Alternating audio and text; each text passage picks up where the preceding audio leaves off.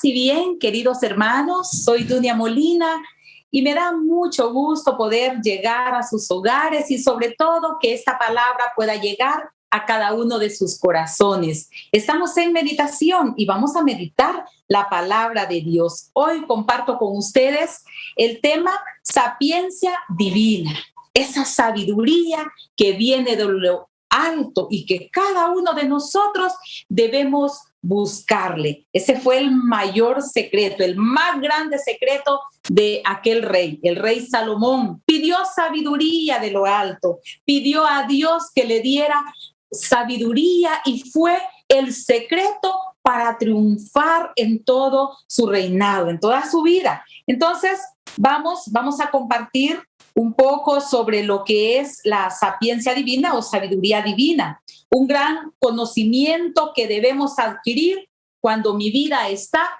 arraigada en Dios. Así una pequeña definición de esto. Y comienzo contándote también una historia. Un filósofo chino más o menos dice que vivió, según la historia, en el siglo VI, considerado uno de los más revelantes de la civilización china. Y escribió algo muy interesante que a mí me llama mucho la atención. Vean estas frases. Aquel que conoce a los otros es un sabio. Aquel que se conoce a sí mismo es un iluminado. Decía también, aquel que vence a los otros es muy fuerte, pero aquel que se vence a sí mismo es poderoso. Aquel que conoce la alegría es rico. Aquel que conserva su camino tiene voluntad. Sé humilde y permanecerás íntegro. Inclínate y permanecerás erguido. Vacíate y permanecerás repleto. Gástate y permanecerás nuevo. Qué interesante, a mí cómo me encantaría quedarme con cada una de estas frases y poder desglosarla y poder buscar un respaldo en la palabra, porque hay tanta sabiduría en estas frases. Incluso yo me atrevo a decir, muchas de ellas podemos encontrarle respaldo bíblico. Sé humilde y permanecerás íntegro, por ejemplo. Inclínate y permanecerás erguido. Así el Señor nos decía, ¿verdad? Que el que se humilla quedará o será exaltado. Vacíate y permanecerá repleto. Y nos decía también nuestro Señor a través de la palabra, que el que quiera ser el primero en el cielo, que se haga el servidor de los demás, el servidor de todos. Así que me encantaría quedarme con muchas de estas frases y ahondar ahí. Pero vamos a sacar unas tres de todo esto. Vamos a irnos a la palabra de Dios en Efesios 5, capítulo 5, versículo del 15 al 16. Y lo vamos a tomar ya como primer punto clave. Conocerse a sí mismo. Dice la palabra de Dios, examinen pues con mucho esmero su conducta. No anden como tontos, sino como hombres responsables. Aprovechen el momento presente, porque estos tiempos son malos. Palabra de Dios. Te alabamos, Señor. Y lo hemos anotado como primer punto importante. Conocerse a sí mismo.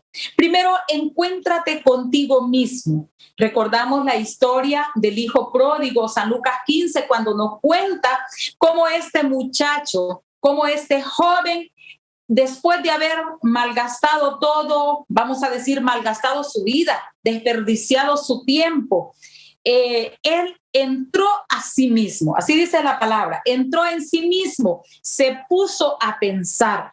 Llegó ese momento que él meditó. ¿Cuándo? Cuando entró en sí mismo. Entonces, qué importante conocerse primero uno para conocer al otro. Conocerme lo que yo quiero, como yo soy, para hacer un plan de vida, un proyecto de vida, para poner una meta, para poner un plan. Primero, me conozco a mí mismo. Así empiezo a aprender o deseo conocer a los demás. Cuando me conozco a mí, es el primer llamado entonces a la sapiencia. a la sabiduría divina, de la sabiduría del cielo. Conócete, entra en ti mismo, revísate. Quizás, ¿verdad?, que hay dentro de ti, que conoce de ti. Hay personas que no se conocen ni ellas mismas. Hay personas que no saben ni lo que quieren. Y entonces uno las ve en esa inestabilidad de vida. Hoy dice una cosa, mañana dice otra, porque quizás no se conocen a sí mismos, entonces por ende no saben lo que quieren para su vida. Y hoy con una facilidad pues cambian de planes, de hoy tienen un proyecto, hoy tienen un plan, hoy tienen una visión, una meta, y mañana ya no, mañana, así rápido, 24 horas después, a veces menos tiempo, ya, cambió de planes, ya. ¿Por qué? Porque no se conocen ni ellos mismos. Entra en ti mismo, revísate qué hay dentro de ti, qué conoces de ti, qué deseas para ti, qué haces por ti. Y recuerden aquel mandamiento importante, uno de los primeros mandamientos, de los dos más grandes importantes, ¿verdad? Amar a Dios sobre todas las cosas y a ti mismo y a ti como a los demás. Primero, amas a Dios y así te puedes amar a ti también. Cuando te conoces a ti, cuando no te conoces, ¿cómo te vas a amar? ¿Cómo vas a amar a alguien si no la conoce? Pues de la misma manera aplica para nosotros. No me conozco. Entonces, quizás a veces hasta me rechazo, me desprecio, hasta tengo un montón de problemas, de traumas, de reproches contra mí mismo. Soy una persona infeliz, soy una persona amargada. ¿Por qué? Porque ni siquiera me he aceptado como yo soy. Qué poco me conozco. Debemos entonces, importante esto, querernos nosotros, centrar en nosotros mismos para amarnos, y de esa manera podemos amar al otro. Y número 2, prepárate para dar. Me encanta esto. Santiago 3, 16, 17. También compartimos como segundo punto clave. Santiago 3, 16, 17. Prepárate para dar, le he titulado. Y donde hay envidia y ambición, habrá también inestabilidad y muchas cosas malas. En cambio, la sabiduría que viene de arriba es, ante todo, recta y pacífica, capaz de comprender a los demás y de aceptarlos. Está llena de indulgencia y produce buenas obras. Palabra de Dios. Te alabamos, Señor. Vea qué importante esto. En cambio, la sabiduría que viene de arriba es, ante todo, recta y pacífica, capaz de comprender a los demás y aceptarlos. Está llena de indulgencia, produce buenas obras, produce frutos. ¿Cuándo? Cuando nosotros entonces ya hemos entrado en nosotros mismos, y regreso al hijo pródigo que dijo, volveré a la casa, hablaré con mi padre, pediré perdón por lo que he hecho. Llega un momento entonces que somos capaces de entregarnos, de dar a los demás, de producir buenas obras, de producir frutos. Ese es cuando nosotros obtenemos esa sabiduría que viene del cielo.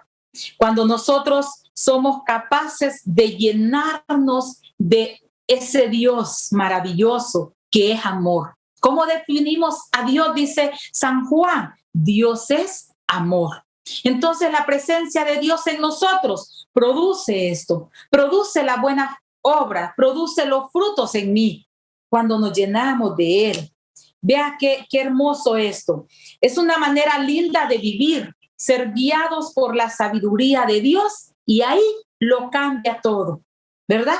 Ahí lo cambia todo. El sabio ve el mal, ve el peligro y se aleja, dice uno de los proverbios. Y en cambio, el tonto, que ya lo leíamos en la lectura anterior, ¿qué puede hacer? No, pues se enfrenta, no huye, ve, y entonces puede llegar al fracaso. En otra versión dirá el imprudente o el necio, quizás el terco, ¿verdad? En primer lugar, pues decíamos que conocernos a nosotros mismos nos lleva a la comprensión de los demás, y consiguiente, pues nos lleva a realizar buenas obras, las obras de la misericordia como segundo punto. Y por último, Número 3, y eso sí lo saqué de ese escritor chino. Vacíate y permanecerás repleto.